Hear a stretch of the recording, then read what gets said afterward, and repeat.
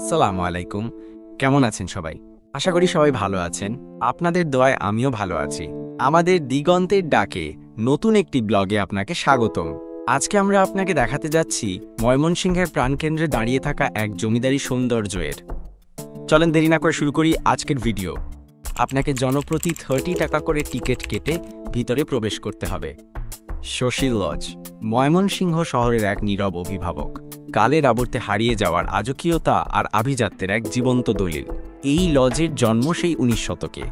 জমিদার শশীকুমার দত্ত এর স্বপ্নের বাস্তবায়ন, একটি এমন ভবন যা তার সময়ের চেয়ে এগিয়ে ছিল বহুগুণে।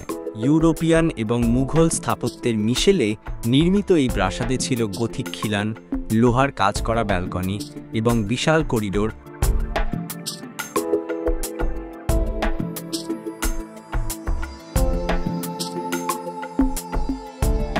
সবকিছুতেই ছিল এক অনন্য রুচির ছাপ। সময়ের সঙ্গে সঙ্গে বিলুপ্ত হয়েছে সেই গৌরব, ভেঙে গেছে অনেক দেয়াল, নষ্ট হয়েছে ছাদ, কিন্তু এখনো দাঁড়িয়ে আছে এই স্থাপত্যটি, একা, নীরব অথচ গর্বিত। একসময় এই বাড়িতে চলত জমিদারদের রাজকীয় জীবন। উচ্ছ্বসিত হাসি, সাংস্কৃতিক আসর, অতিথিদের অভ্যর্থনা, সবকিছু মিলিয়ে এক জীবন্ত কেন্দ্র ছিল শশী লজ। আজ তার বদলে শুধু শোনা যায় বাতাসের শব্দ, জানালার ফাঁক দিয়ে ঢুকে পড়ে রোদ আর ধুলোর গল্প।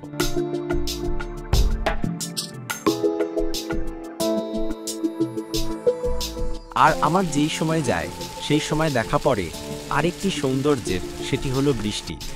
বৃষ্টির সাথে শশী লজের সৌন্দর্য ছিল একদম অসাধারণ, যা আপনি নিজ চোখে না দেখলে বিশ্বাস করতে পারবেন না। প্রতিটি ঘর, প্রতিটি জানালা যেন অতীতের কারো গল্প বয়ে বেড়ায়। কে জানে, হয়তো কোন নীরব সন্ধ্যায় আজও এখানে বাজে সেই হারমোনিয়ামের সুর।